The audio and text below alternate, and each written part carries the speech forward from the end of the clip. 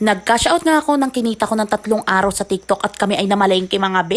I-reveal nga natin kung magkano. So eto nga mga sesibol, palayas na naman ang babaeng ito at kami ay magka-cash out. Magbabayad na nga rin kami ng kuryente, maghuhulog ng motor at mamamalengke. Madalas nga mga sesibol, dito kami nagka-cash out sa tapat ng school sa Jesmag. Bale, itong kinita ko nga ng 3 araw ay talagang inipon ko. Sabi ko nga para sa birthday ng anak ko. Pero nai-stressful nga ang mimazor ninyo dahil nga ang daming nakaabang na bayarin. Ayoko naman guys na salubungin yung birthday ng anak ko na ang daming nakaabang na babayaran. Ano yun? Bongga-bongga yung birthday tapos pagtapos ng birthday be, wala kang pambayad.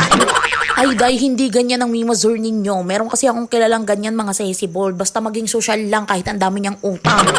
Pagka-cash out ng mga sesibol, dumiretso na kami dito at naghulog na kagad ng motor kahit sa September 7 pa dapat. Bago nga lang yung motor namin mga ilang buwan pa lang kaya matagal-tagal pa ang sakit sa ulo. Pagtapos nga namin maghulog sa motor mga sesibol, lumarga na naman ang mga persona. Ito nga yung mga kasama ko sa tricycle mga Manifesting talaga tong mima nyo na next time hindi na tayo magsisiksikan sa loob ng tricycle Nakarating na nga kami dito sa Mizameco mga at magbabayad kami ng kuryente. Sabi ko naman sa inyo mga mare, ayoko ng sakit sa ulo kaya naman hanggat maaga nagbayad na ako habang di pa dumadating yung pangalawang bill. 4,600 plus nga yung binayaran naming bill ngayong buwan mga sesibol. Goods na yun para sa akin mga sesibol dahil galing kami sa 8,000 na bill. Pagkabayad nga namin mga sesibol, lumarga na naman kami at dumiretso na nga mga persona sa palengke. Dito na nga kami dumaan sa likod ng palengke mga para merong parkingan na maayos yung inarkila naming BMW. Dito nga mga sesibol, bumili lang kami ng tag ilang kilong manok at baboy. Dito nga mga sinimot na ni Mima nyo yung kinash out niya para meron kaming pang-stock na ulam para kahit ilang araw ako hindi gumastos, okay lang. Dito nga sabi ko sa asawa ko, videohan niya ako dahil wala na akong exposure sa mini vlog ko na to. O diba, yan ang exposure. Habang nabili nga ng baboy mga sesibol, nadaan kami dito. Tuwing nadaan talaga mga persona dito, hindi pwedeng hindi bibila ng laruan. O nga pala sa mga nalilito dyan sa buhay ko, hindi ko anak yan ha, pamangkin ko yan, anak ng kapatid ko, Dito nga mga namimili na ng isda si mama. Nagpabili nga ako ng yellowfin, tilapia at bangus. For the freshness nga ang mga fishy dito dahil humihinga pa sila. Pagdating nga sa mga bilibiling ganyan mga auntie ko, nanay ko talaga o asawa ko ang nakatoka dahil bakla wala kayong aasahan sa akin dahil uti mo pagpili, kinahihiyaan ko pa.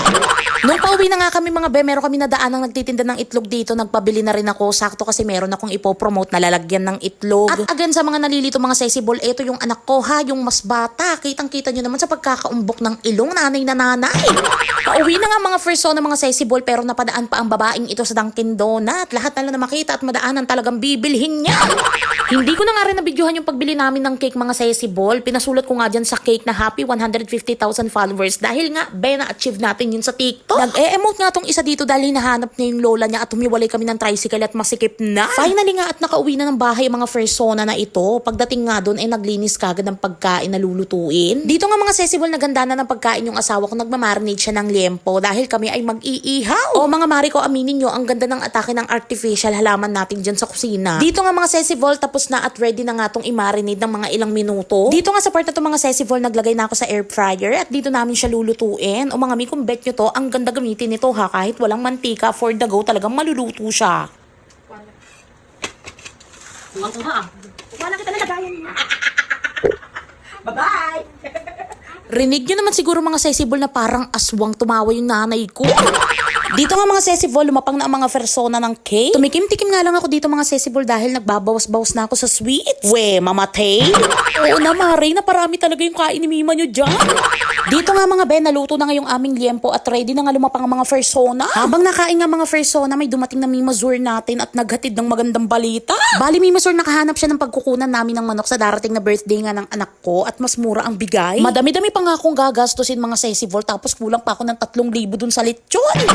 Pero okay lang mga sesibol, kakayanin naman dahil maganda-ganda naman yung kitaan natin sa TikTok ngayon. Kinagabihan nga mga sesibol, tulog pa ako ng mga time na to at na-videohan ng asawa ko yung nanay at tatay ko nakanta.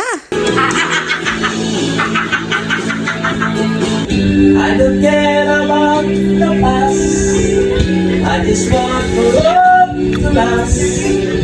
There's a way to bring us back together. And my heart was beating back. O diba, parang mas marami pa yung tawa kaysa sa kanta Mare.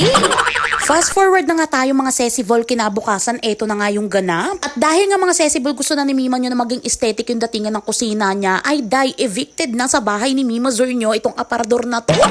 Ipapamigay ko na nga sana din yung mga Sesibol pero ayaw naman ng nanay ko. Ilang araw na nga kaming palinis-linis dito at ang dami na naming napamigay. Bali meron nga ako ipapalit dito mga Mima Zur pero maliit lang siya and aesthetic yung atake niya. So gusto ko kasi yung ganun, ayoko nang masyadong malalaki para malaki pa yung space. And eto na nga yung parcel na dumating sa atin mga Sesibol. In fairness, hindi na nahirapan si Daddy i-assemble yan dahil bubulat-latin na lang pala yan at pagpapatong-patungin. O diba, mas okay na yung ganito mga Sesibol. Bali, in-expect ko nga dito yung papadala ni seller is yung 6 layers na pero nagulat ako mga Sesibol, 3 layers lang pala yung pinadala niya pero okay lang, ang ganda niya. O diba, mas naging aesthetic na talaga dito sa kusina ako mga ve. At eto naman mga Sesibol, pinalabas ko naman to galing sa kwarto, mga pinagpapatungan ng free sample ko. Dito ko na lang siya nilagay. Ito kasi yung kulay na sakto sa gusto kong maging aesthetic mga ve. Medyo lundo-lundo na nga to dahil ilang taon na din to sa akin mga Sesibol pero okay lang yan. Aesthetic gusto mo, diba?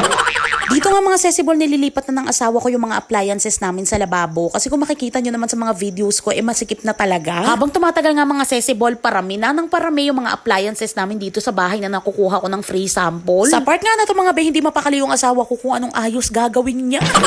After nga namin maglinis mga Sesibol, nilabas ko naman tong kitchen floor mat namin na dapat ilalabas ko sa birthday pa ng anak ko. Pero syempre, Mima Zur, for the vlog to. Para naman kayong bago ng bago. And dito nga sa part na to mga Sesibol, pinaayos ko na sa jowa ng kapatid ko tong mga bigas. Gusto ko nga inaka-display at nakikita ko yung mga yan para alam ko kung meron pa o wala na. And eto na nga yung final and new look ng ating dining and kusina area mga ve. Mas lumiwanag at mas lumuwag na siyang tignan. At eto nga yung itsura ng bahay natin mga Sesibol. Habang nagbibigay nga ako ng montage dito mga Sesibol, ay meron biglang lumitaw dyan na talaga namang kinagulat ng mga persona. O di ba be, mas maganda na siya, mas maliit, mas maliwanag, hindi masikip tignan, hindi madilim tignan. At kinagabihan nga mga Sesibol, tignan mo naman yung ginawa ng asawa ko sa pamangkin ko be, mga pinagamitan kong cluster, kinabit niya, nakabaliktad pa. Pagkagising ko nga mga Sesibol ng alas 10 ng gabi, naligo na ako at magsisimula na nga akong gumawa ng mga video. O di ba, sabi sa inyo, umiiwas talaga ako sa sweet. Mami, dalawang cellphone dyan. Malas mo, ito ko talaga yung pula ng Strawberry nga eh. Sa part nga na to mga Sesibol, nahigop ng Mima nyo yung mga puti-puti na parang pulbo sa babaryan. skincare na naman tayo gamit tong rejuvenating set ni You Glow Babe. So, ito na yung face natin. Walang pagbabago, nananatiling makinis. Nagsimula nga mag-work ang Mima nyo dito ng alas 10 ng gabi mga Sesibol at natatapos ako palagi alas 5 na ng umaga. Ganito nga kakalat yung atake dito sa aming sala mga be, lalong na kapag nagtatrabaho ang babaeng ito. Bale dyan nga nakahilera yung mga product na dapat kong gawan ng video mga be para hugot na lang ako ng hugot. Kaya talaga tayo minumulto mga Sesibol.